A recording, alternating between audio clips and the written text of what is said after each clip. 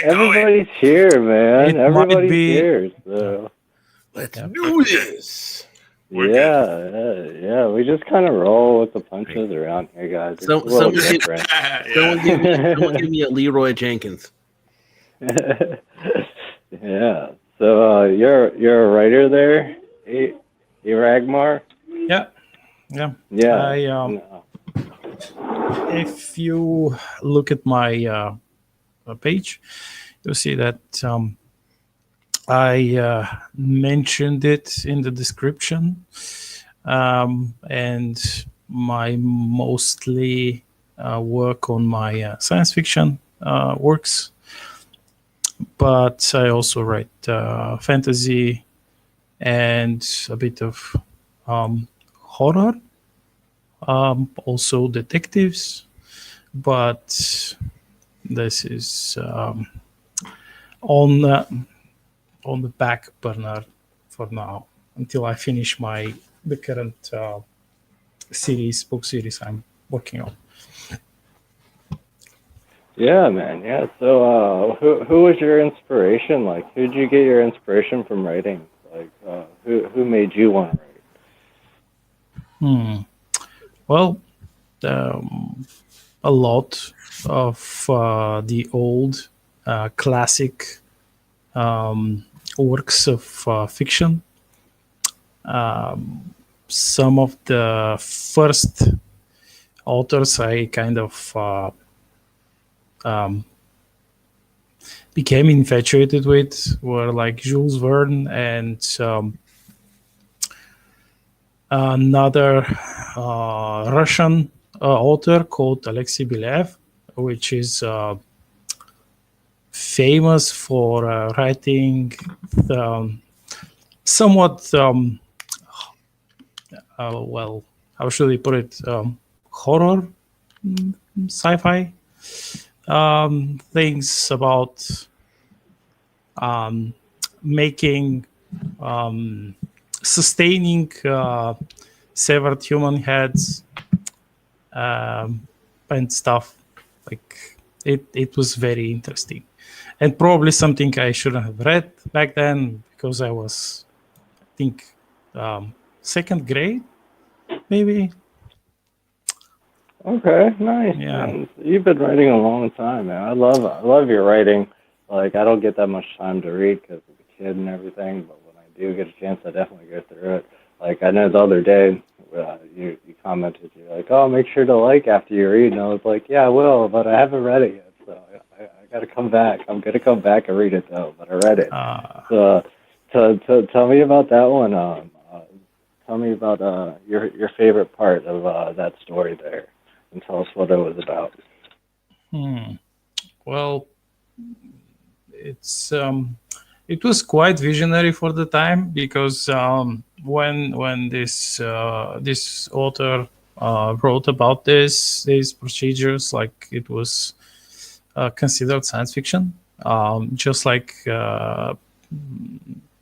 long ago it was considered like the transplanting of human organs was considered science fiction, and reattaching limbs, etc. So he also wrote about mind control and different other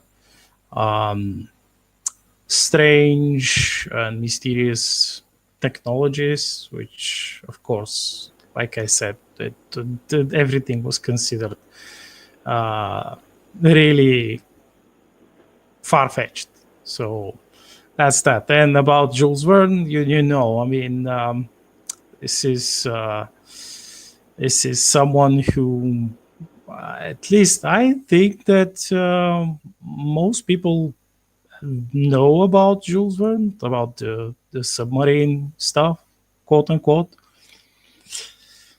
That's. I mean, he wrote this when people were still exploring the oceans, and even now, it's the oceans are mostly unexplored. And then back in the day, it was almost like exploring outer space. Right. Because you know, they they had like primitive technology, and they were still doing things which to us like seem near suicidal, like all the old like steampunky diving suits, like Yeah. that's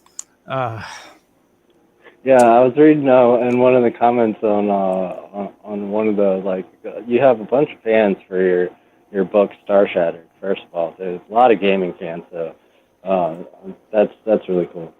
And but I was looking at one of the photos of it in that suit that you're talking about, and one of them was like, "Well, how do they look around in that?" And it was like, "No, it's more like a dome. You can see all the way around. It's just protecting around. It's not actually, you know." You mean that the exosuit, like this? Yeah. It's we have stuff like this. I mean, some of the most modern militaries have them. It's basically a highly advanced form of the let's say the nodes, like the night vision goggles, but you also have like different types of vision, like in for example the Predator franchise. Oh Yeah, it's like gotta love you that. switch the different types of vision. Yeah. So you got the heat vision, you got the Yeah. X-ray, you got all the different ones that you can do. So basically, that's what they have. Yeah, of course, you can't like it's like a dome. It's not the helmet.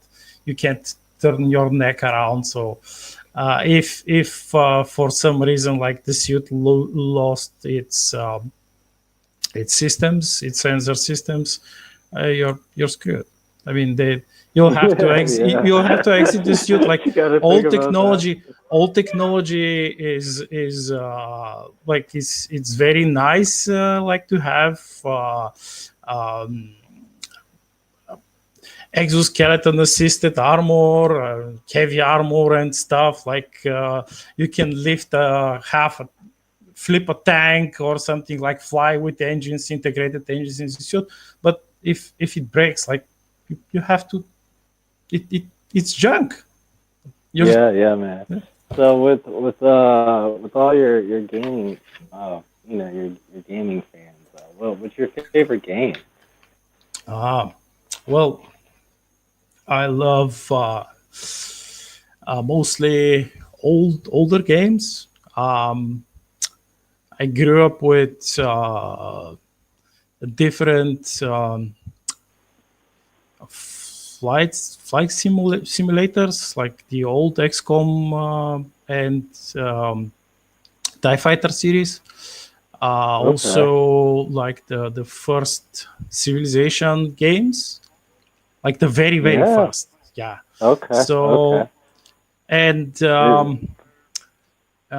for example, there was a game which was also made by Sid Meier, the creator of Civilization. It's called Master of Magic. Have you heard about it? It's a No. very old game. You can probably play it in a in a browser, but back in the day it was amazing, and most of those games, like also the XCOM, the first XCOM games, they offered a lot of glossary entries, like a bonus fluff and world building. And probably this is where I got like this author's infatuation with heavy world building, like extensive world building, because the more you work and like flesh out the world, the better it is, and then the characters will not suffer horribly from easily avoidable plot holes and other things. So yeah, that's There's this There's this great essay I read once by Philip K. Dick, and it was like how to build a universe that doesn't fall apart in 10 days or something like that. And that's an interesting thing about like telling a story of like making someone, believe that they're like in there. Like the beauty of like reading is that I feel like you get in someone's head and you're like inside their mind and you're walking through whatever their experience is. And I always found that essay pretty informative and like interesting about building worlds. So that's cool to hear. Yeah. It's very important, and you also have like to set the laws of this universe. For example, you better not do crap like in the newest Disney Star Wars movies, and break every possible rules of the universe, and then say, oh, like we did it to subvert your expectations. Like it's no. Yeah, That's why they failed. Like they have that. Your world has to have its own like logic to it, right? Like oh yeah. For example, I have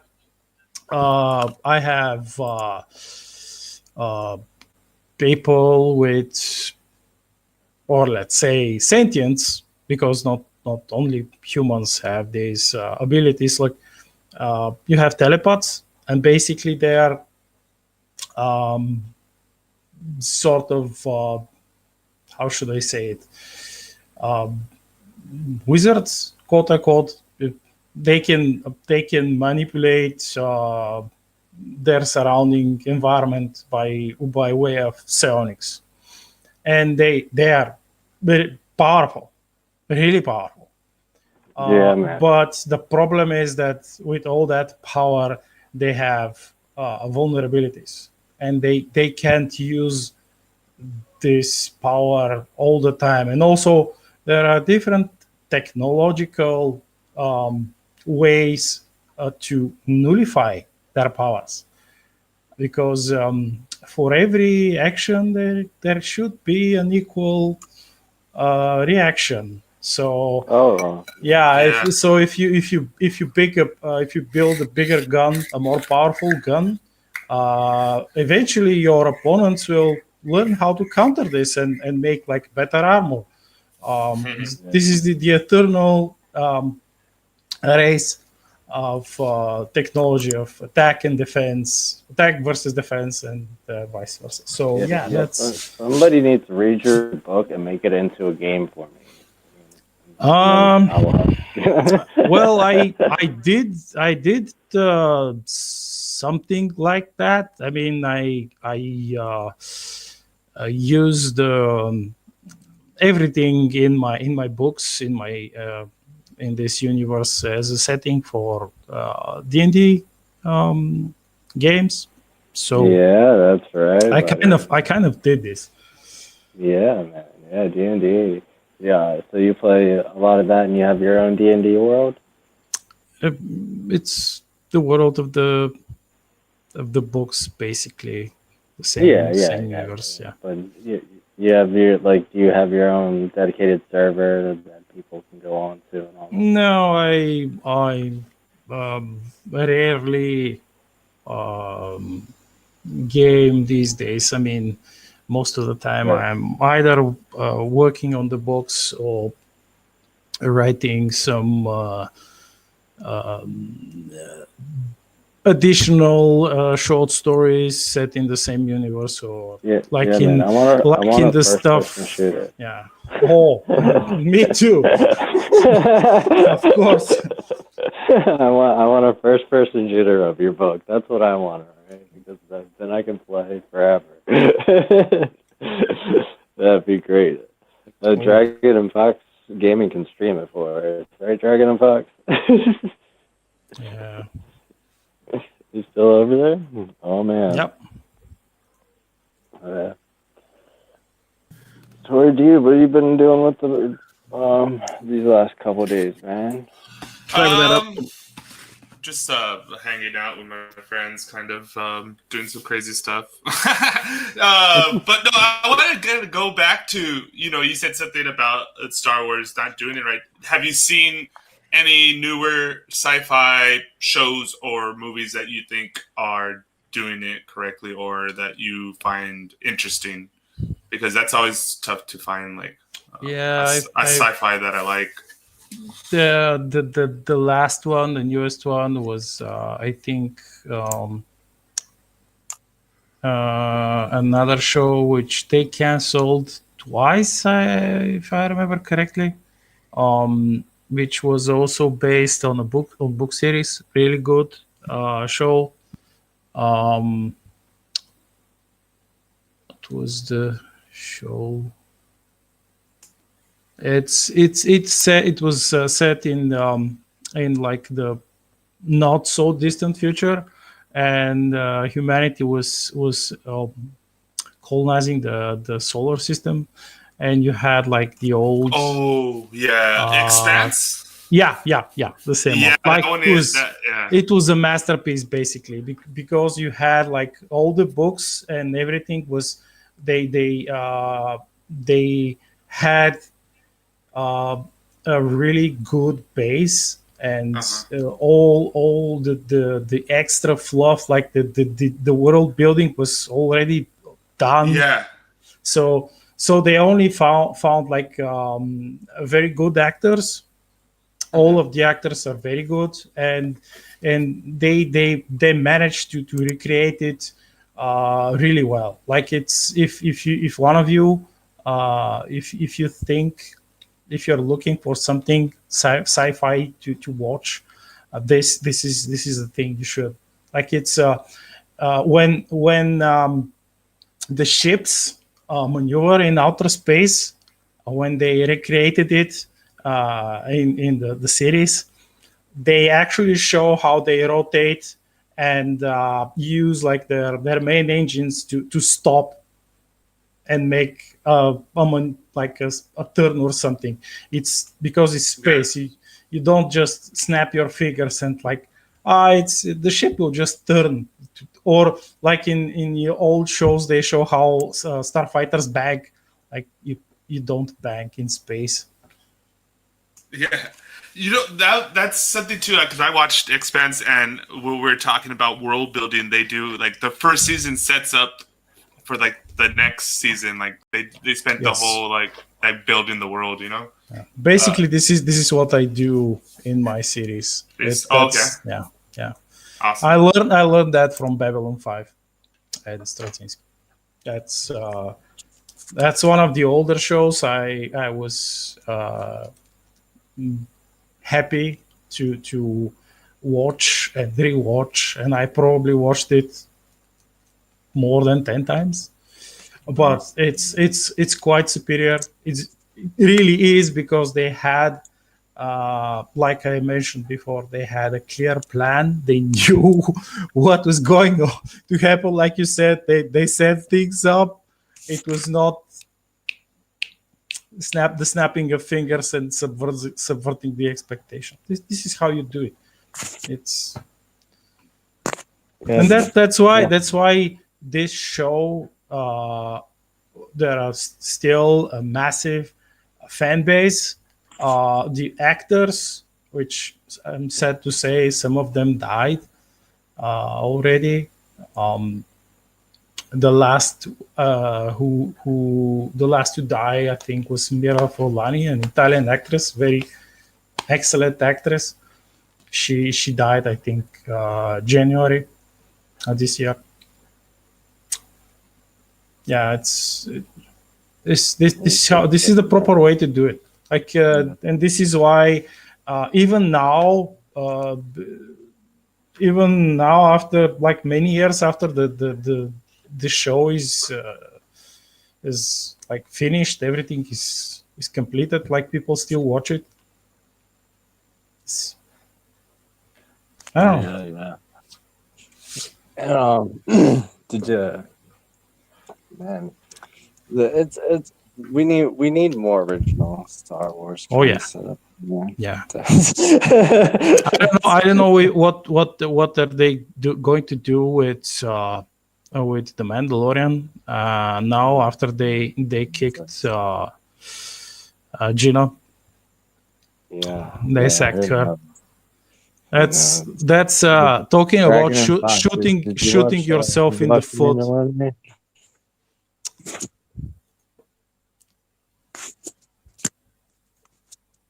I think he's having mic troubles.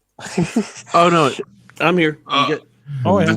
I'm sorry, I didn't hear you mention my name over the talking. What's up?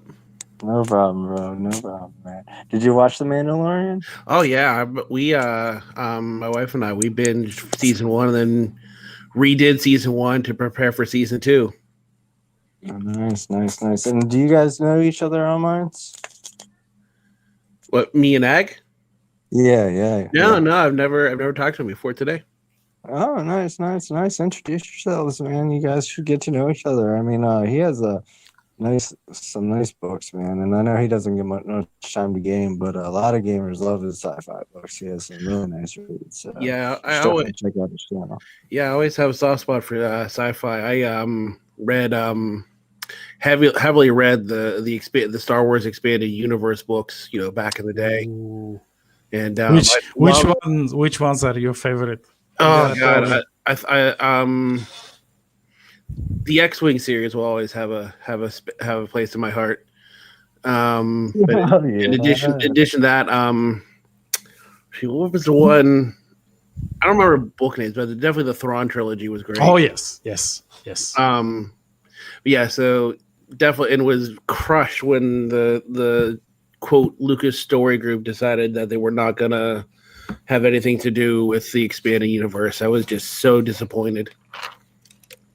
Yeah, they shot themselves in the foot there too. Yeah, but massively. Also, Babylon 5. Yeah, I love Babylon 5. Yeah. Have you ever watched the spin-off Crusade? Oh yeah. Oh yeah. I think that's a little better. Well, of course, it's got one of the main characters is a mage, man. Yeah. Technomage. Technomages were awesome. And a sassy mage at that. Oh yeah, very.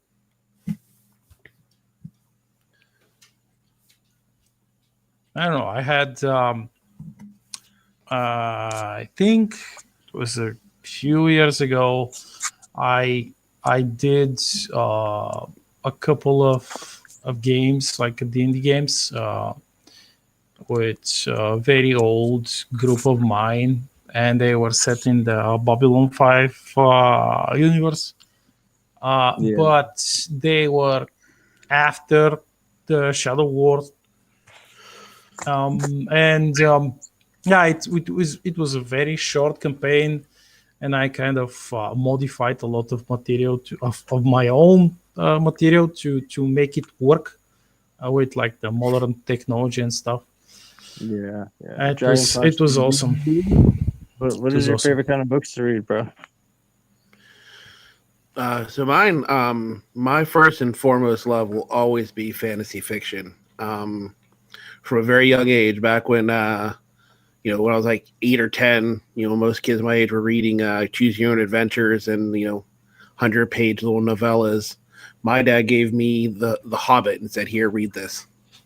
Oh yeah, the Hobbit is great, and just sparked a lifelong obsession with fantasy fiction and then later sci-fi. So you'll love my fantasy series. Then I have to first finish the science fiction, but I have like another series and the blog series, which is set like in the fantasy realm of the same book series. Like you will like it. Yeah, it's somewhat of a choose your own adventure. It's like, well, it's vote your own adventure. Because for a set amount of time, like I leave the blog and I have like 3 choices for the readers to vote for the main character to act upon. So yeah, That's Yeah, pretty interesting. I'll have to check that. I'll have to check that out. I've dabbled with writing myself. I don't have the discipline to sit down and write a lot. I don't just want to sit down, so Like actually, Takes a lot of time. yeah, a couple years ago, someone I met on like a Forgotten Realms forum was kind of doing his own little e-zine, and I wrote a few things for him, but nothing really big. No, this is how you start. Like start slow, Yeah. write small things, and then Dragon, what are some sci-fi games you like? I don't really do a whole lot of sci-fi games these days. Mostly it's just MMOs and RPGs and Minecraft, of course. Yeah. And I've seen your posts, but you got to name one that you've played, man. Name one sci-fi game. I did try EVE Online a few weeks ago, and I didn't quite care for the interface. But I want to get into try the other games in that genre. Elite Dangerous and No Man's Sky. No Man's Sky, yeah, definitely. You definitely gotta check that out, man. If you haven't checked it out, definitely great sci-fi game. yeah, Elite Dangerous is also very nice. Yeah. Dangerous is good too. Definitely. Me and Tori D were talking about the No Man's Sky and like how they're advertising it that it was gonna be a never-ending game. I was like, oh, that would be great, but it's not possible. You can't make a never-ending game unless it's sadness, man. The Dragon and Fox, what kind of streaming do you do? So mostly, like I said, mostly MMOs and RPGs. So my current schedule is like I got Wednesdays are my D&D nights. So I'm in a campaign with a coworker that we do over Roll20. It's on a bit of a hiatus, and I might actually step into behind the DM screen to fill in for a little bit. But when that's not rolling, I do Dungeons and Dragons online, Final Fantasy 14 online, Minecraft. Every now and then, some Magic the Gathering Arena, and Gathering, man. You can't hate on Magic, okay? Oh no! I've been playing Magic the Gathering since Alpha. Okay, we'll play games since then. Sweet. But what kind of deck do you roll with? What kind of Magic deck you got? See, that's I went over this Switch once. Like when I was back, like playing originally, I was more of a blue control deck guy, and then one with a green monolith deck. And one day at school, like someone stole my cards. Oh no! And money now. I know. I had like Shivan Dragons. I had Forces of Nature. I had Doppelgangers. And after I got back into it a few years later, but I just could never recapture the blue, like the blue control. So mostly red burn. I have a pretty decent zombie deck. Oh, yeah, gotta have a good zombie deck. You gotta have a good zombie and a good fire deck, and then everything else is just built for fun. And then the last game that's currently on my regular schedule is I'm doing an anthology playthrough of Darksiders, which is an awesome series. If you've never played it, I highly recommend Darksiders. Okay. Eric Gamer. What is your favorite Minds channel, real quick? About my own channel, or what's your favorite Minds channel? My favorite. Well, I back in the day when I started my own channel, I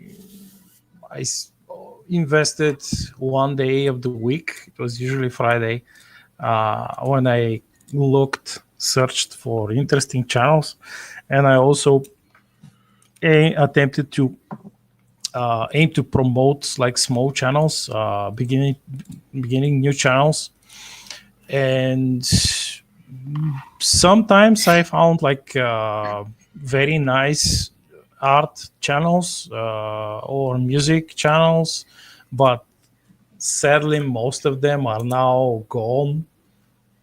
Very few are left.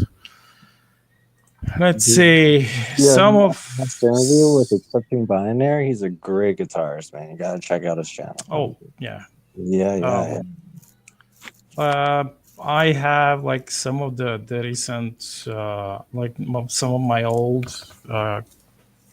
buddies. For example, Russia Waves, Mike Hopkins, and Zuvio, or Lilliput, Big Bubo, and of course Mindsgaming, has been supporting each other since like very many years already. Like So, you outgrew us, and then we're like, no, I'm gonna give love straight back to you. And I was like, yes, thank you so much. This guy's awesome. Like, but yeah, those were the days back when you first started. Yeah, man, you posted everywhere. And now you got your own little gang that loves your content. I mean, I'm one of them. I love all the stuff, the little stories you post for us and all that. They're all great, man. It's good to have somebody like that on here that you can just go and when you have a moment to read, you know what I mean, man? So I want to thank you for that, man. It's definitely good stuff to have, in your back pocket to go over to. Yeah, to kind of like go back to that point about like, I have that similar experience, but to me too is like I'm more interested in art and music and stuff like that. So to like, support those like small channels is cool and important to like, keep those people around. There's a few like poets and stuff like that I kind of like, try to support, and so they stick around, and then when things new momentum happens, I go around and start like poking them and telling them, "Hey, come back! Let's start using Minds again." Yeah. Can't drift too far away. Damn, never know. But yeah, I mean, that's Dragon. the idea. What about you? What are a few of your favorite channels so far? I know you're newer to the community, so you haven't really.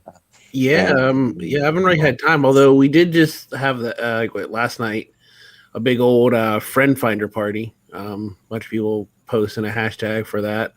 I found got a few good follows and found a few new channels. But definitely enjoying you guys, the Mindsgaming and stuff, which I actually stumbled upon by accident. That's how everybody finds it. I'm a refugee from the big tech stuff. So for my stream, I never did Twitter before I got a Twitch channel, and I only joined it specifically for that. And then recently, like I can't handle that environment anymore, so I found my way over here. Been on like Twitter, and also like Gab and Parler and stuff. Like a good tag for like for fellow streamers and content creators is like hashtag whatever the platform is gaming. So hashtag Parler Gaming, hashtag Gab Gaming. So I just started using that here, not realizing that it was an actual group or page. Yeah. No, but when you first got here, I know that you were posting a lot of streaming, but now your channel has some uploads on it now, and I was like, yeah, he's getting uploads out there. I'm slowly but surely doing stuff, doing stuff of mine. It's a little hard when I work, especially this week. Like, a lot of bug fixes and defects I need to take care of. Been taking up a bunch of my time, but I'm slowly getting there. As time goes on, I'm doing more and more things on here and Twitch and all that stuff.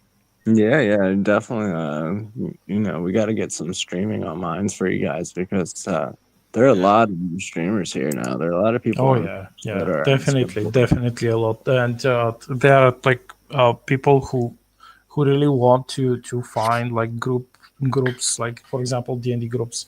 They want to stream how they play. So yeah, that's something which you might be interested in. Yeah, I mean, actually, the best thing I'd like to do is like again, one of the best things that's helped my stream a couple times is joining like a streaming community, like a Discord server. So like like it's a depending on the group, but just like anything, depending on the group. But like the current one that I'm in is like Swag Squad. I didn't make the name, but it's actually the people in that community are really, really great and really friendly and really helpful. And like, so I've started to, add add also add that hashtag to all my streaming stuff. But yeah, it's just my goal on Minds is to kind of make the gaming / creator community here rival that of the biggies, the community that's on Twitter or Facebook or whatever. Yeah. That's something that's interesting. And I think, just our short exchanges is that there's already tools now, but there's stuff coming in the near future that are going to be really powerful for people that are creating content, whether it's writing, whether it's videos, whatever it is. And I think part of that is one, for me and Imaginarium and things that I do is like to set this like cultures kind of what like if you like those small channels, like support them, and then like the stuff that you like and all this kind of stuff, and engage in that way. And I know for myself, because I create a lot, that I don't do enough engaging in that respect. But that's all to say that I think too, once like I post something, then I see one of my friends, another like Curry Hobo or whatever, post something, and then it kind of like creates like this thing of like, okay, I see them do something cool, then like I kind of want to go and do something cool too, and then I totally like change my video edit like depending on like what's going on Minds and what people are doing. That's always kind of fun to do. Oh yeah. It's always fun to play with the videos and add some stuff in. It's the creative chain. Everyone inspires everyone to create everything. Yeah. Back in the day too, we used to have, and we did it. We had a group where we had a collective story. It was only me and studios that did it, but we had some people like help us, but like we really wanted to get like a community thing going on with that. But then who was that channel? Typing Tuesdays, and I remember one time there was like a collective story going on really early on. That one was fun. Like, so yeah, everybody wrote like a paragraph, and like there was like 3 stories that developed. Oh, I remember that. Same one. Yeah, it was cool. Yeah. I couldn't. I mean, I participated in a couple of those, but not regularly because I think I was sick back then. I couldn't stay like focused for long, so it was impossible for me. It's very sad. As long as you tried, that's what matters. You interacted with some, you're good. Off the top of my head, I can't remember the Minds channel that I saw it on. But there's one that I follow that does like a weekly writing contest, and they just give like a 1-word prompt, and it's like limit the number of words, and it has to be centered around whatever the prompt is, and then then you tag them and they would, I guess, they announce winner weekly. The last one was like the prompt was like ice, and I couldn't think of anything to do with that. So like maybe next week. Yeah. Oh yes. Prompts are nice. Right as well. Yeah, they are. I do this. I'm over on Hive too, and I'm in a couple of writing groups over there, and they have a prompt. And at first, I didn't really engage with it, but then I like it kind of in a way. It kind of like forces you, like, okay, whatever it is, like let me make a story about it. And it's good to have prompts sometimes. Prompts are a good way to flex your brain cells. Like, imagination is a muscle. You have to train it. Oh yeah. I mean, it's.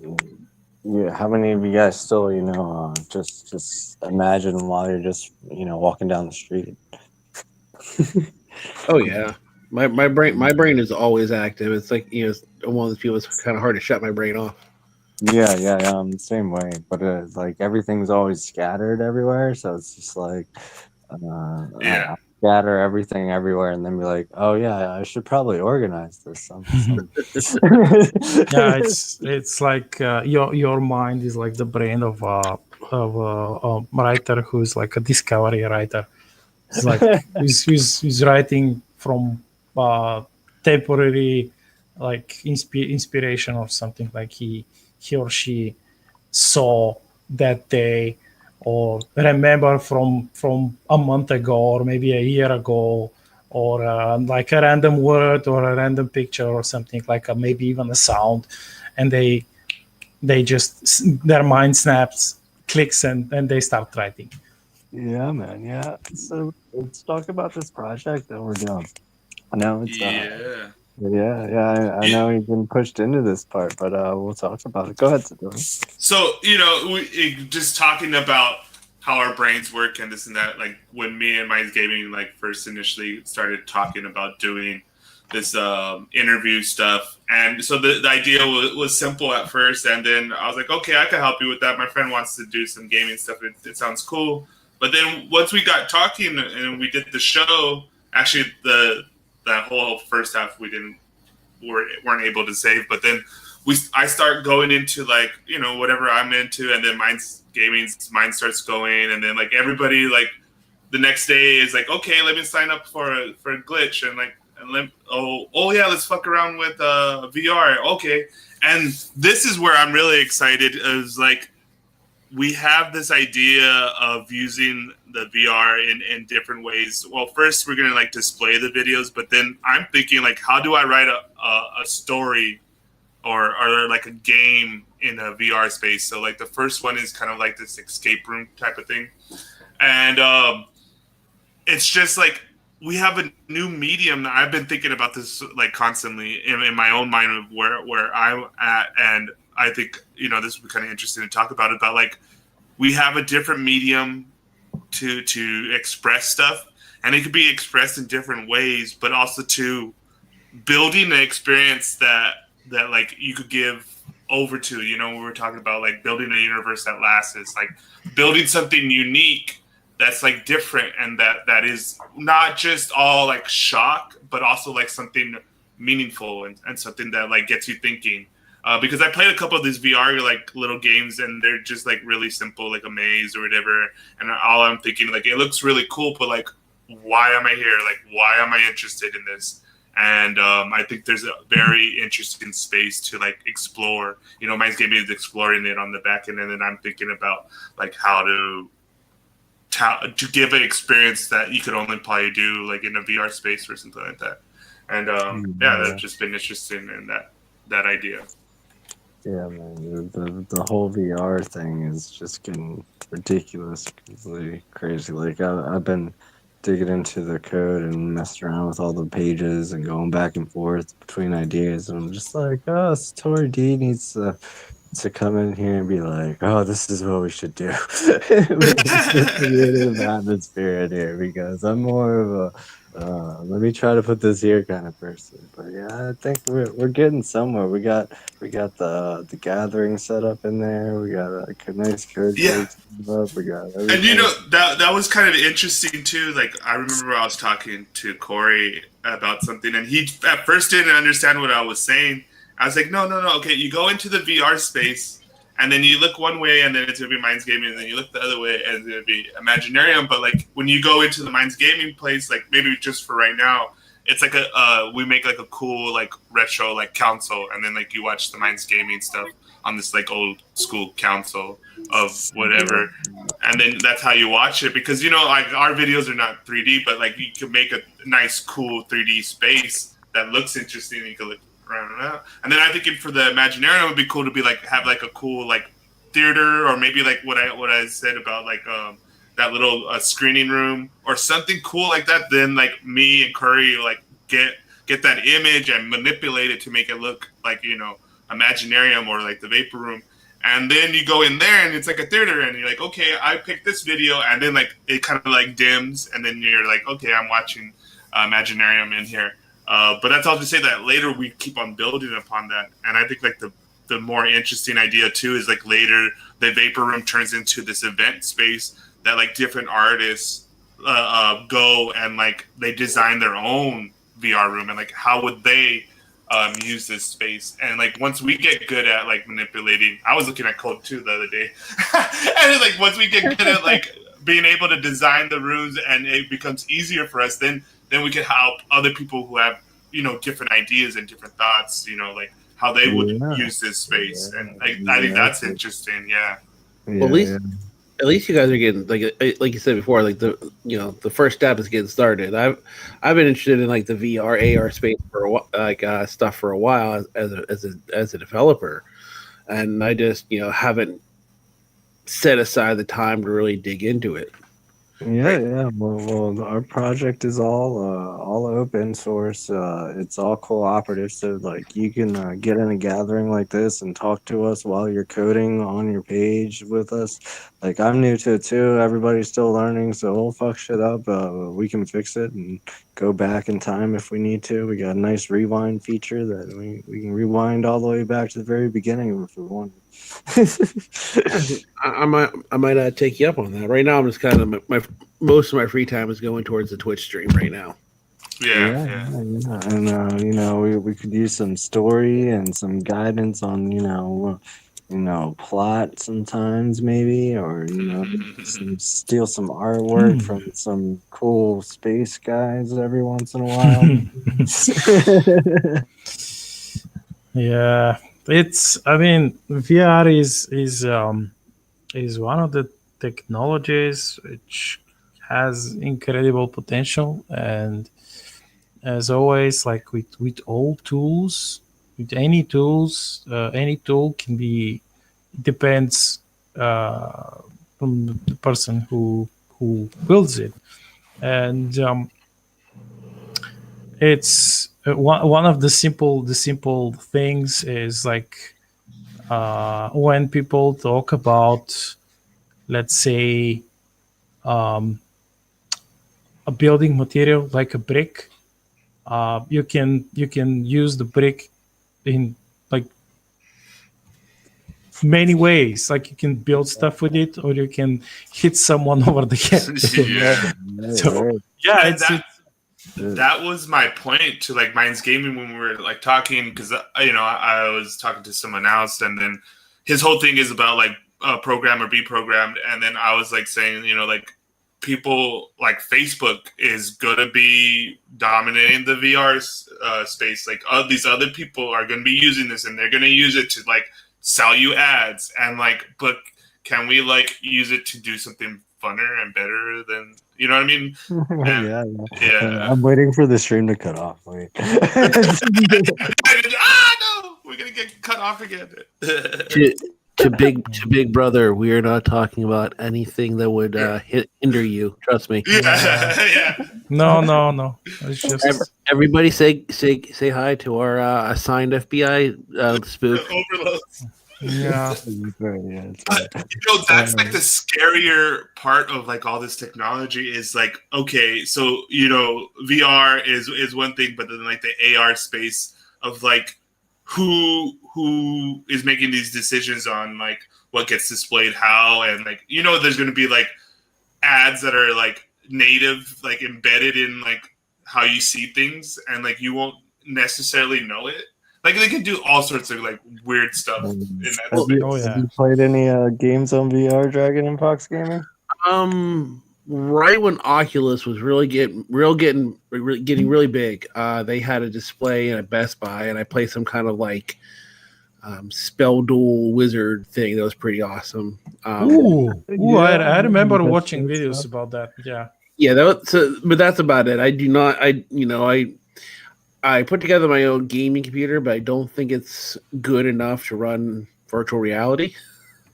Okay. I mean, virtual reality, that stuff is pretty processor intensive, and I don't really want to burn out my processor. We do it just because we want to play the game, right? Run over this last time. but like you were saying, anyone ever read or saw the movie for Ready Player One? Yeah, yeah.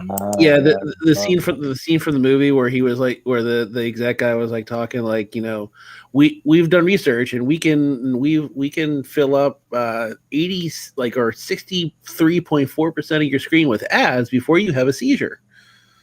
Yeah, I remember that. I remember that. Yeah. So like you guys were saying about like who sees what ads and embedded ads, it kind of reminded me of that. Yeah, man, but that's funny. That's funny. That reminds me of one of the things which is in my books. It's like they have a network which is, of course, a gathering of networks, of many networks, and many servers, some of which are all, of course, on other planets, etc. But you have an incredible amount of lag there, and if you have like stuff you want, like the VR, for example, like the thing we're talking about, and your lag processing power, you can tag some of the other users like who have their own rig, and they can give you some of their processing power, like lend you some processing power, because you can of course run stuff on quote unquote cloud space in the net. And it's about those ads. They have them, but like you said, like this we can flood your screen with ads like that so and so percent before you have a seizure. Like they can't do it.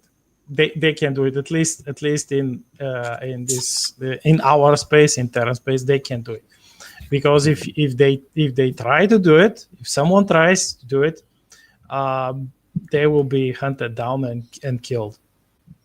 Oh yeah. Or like for example, like someone who like some of these scammers from, for example, from India. Like I'm not saying that all of them are scammers, but a lot of them.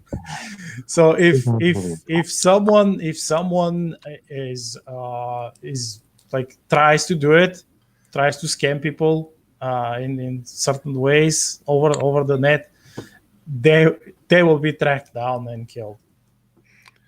I don't know who you've been talking about, but stuff that they track them back down and like reveal their real name, and then the guy just like quits his job and leaves and everything. Go ahead, Dragon. Sorry. No, I don't know who Ag's been talking to, but I know I got an email from a very trustworthy Saudi prince that I was that I was planning on replying to. Yeah. Text still hasn't come back. I don't know what's up with that, but he said it's delayed. It's in the mail, so. There was a funny Chappelle show skit. He's like, "What if the internet was real?" And then it's like a mall, but it's all like ads and like porn. Like you're just like bombarding you, like, "Hey, you want to buy some tube socks?" And then, yeah, it's kind of like my experience so far with Minds, and just how open it is. Like when we going through my my feed on Minds, and see a very poignant, well-written analysis of like current events, and then 4 posts later there's just anime boobies. I mean, you gotta have anime boobies. I mean, it's like well, that took a turn. That's completely normal. Yeah, man. Yeah. And of course you can modify what pops up in your feed. So it's no one is forcing you to watch something or not watch something. This is the idea. This is the best thing about Minds. Yeah. Especially when I think everybody kind of has this experience when they first get on Minds. It's like, especially back then, like there was like the feed was just there's no algorithm. Like you put the post there, and then everybody's like sees it, and then like it was just crazy. It was just like what are you saying? You see like weird animate stuff, then you see like a really great like short story, or you see something like good music, and then you'll see like someone has like a really extreme conspiracy theory about like Hitler wasn't that bad of a guy. Or the flat earthers, they were heavy for a minute. Like they were militant. Flat earthers that have members around the globe. Oh yeah. Yeah, they have members around the globe. Yeah. Like read that post slowly. Gotta love people, man. Gotta love them. It's a simulated world, so it doesn't matter if it's flat or round or anything else. It's all the Matrix. It's all ones and zeros. Yeah. That's right. 1 zeros, oranges, apples, onions. Onions are ones and zeros too, man. They gotta Yeah. like Onions, but not tomatoes. Tomatoes are special. yeah. They're only ones. The other ones. Only the other ones. What's your favorite childhood game, Dragon? Oh, that's hands down Secret of Mana. Okay. Like that'll forever be my number one all time favorite game. I could to this day, I could still play that game probably blindfolded. Oh damn. You got any games like that, Satori G? Me? No. I mean, maybe for a minute when I played 64 Mario 64 so much that I dreamt that I was like Mario and I was going to be controlled by someone else. That was like peak gaming for me. Possibly Tekken. When you said threw the baby secrets of, penguin off the edge, didn't you? Huh? For a Saturday, he said Mario 64. He threw the baby penguin off the edge in that one level, didn't you? Yeah, I did. You I had did. when you mentioned Secrets of Mana, I have a campaign on my D20 page, which is called Secrets of Mana. Nice. Nice. You guys are getting along just fine. You guys like each other. Actually, that's probably going to be one of the next anthology playthroughs once I finish up Darkside. Is going to be the Mana series. Now they have, I bought the remaster a couple years ago, and they just recently put out the remaster of a few other games in the series. So I'll probably be running through that on my stream. Nice. Yeah, I watched it, man. What's our time there, Story? You got anything else for us, Tori? No, we could probably start wrapping things up. We're getting to the hour.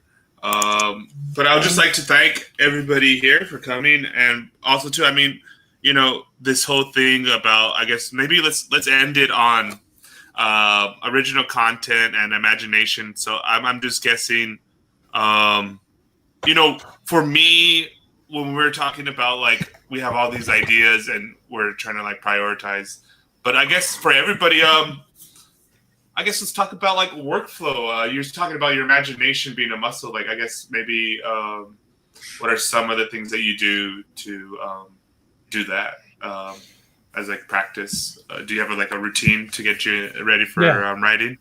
Yeah, I have. I do some exercise, which in my case is a short run. Then some simple, very simple exercise like push-ups, pull-ups, sit-ups, etc. And then there is like the food thing and the coffee thing, which the coffee is a special juice, like most writers, like they can't work without coffee, or most coders, or like whatever. It's I don't drink too much coffee. I at least 1 cup, maybe half a cup a day. Maybe that's it for me. And then I start reading some of my notes. I have a lot of draft notes and scene notes, etc. Like they're probably thousands. And after I read like the select notes for the day, and of course I already know what I'm supposed to do, then I stop and I imagine different new paths, different from the ones I have already written in the drafts, different new alternative paths for all characters, a change in the scenes, or something similar. And I like spend maybe an hour each day entertaining the what if situation for my characters or for a scene. And this is like this is my flexing the imagination muscle. Yeah. And it So, works. I mean, for me it works. Like no, yeah. the prompts are another excellent way to train your imagination. The prompts are awesome. And those like multi author stories, like they are also very good because they force you to keep to work with an unset number of variables, because every one of these different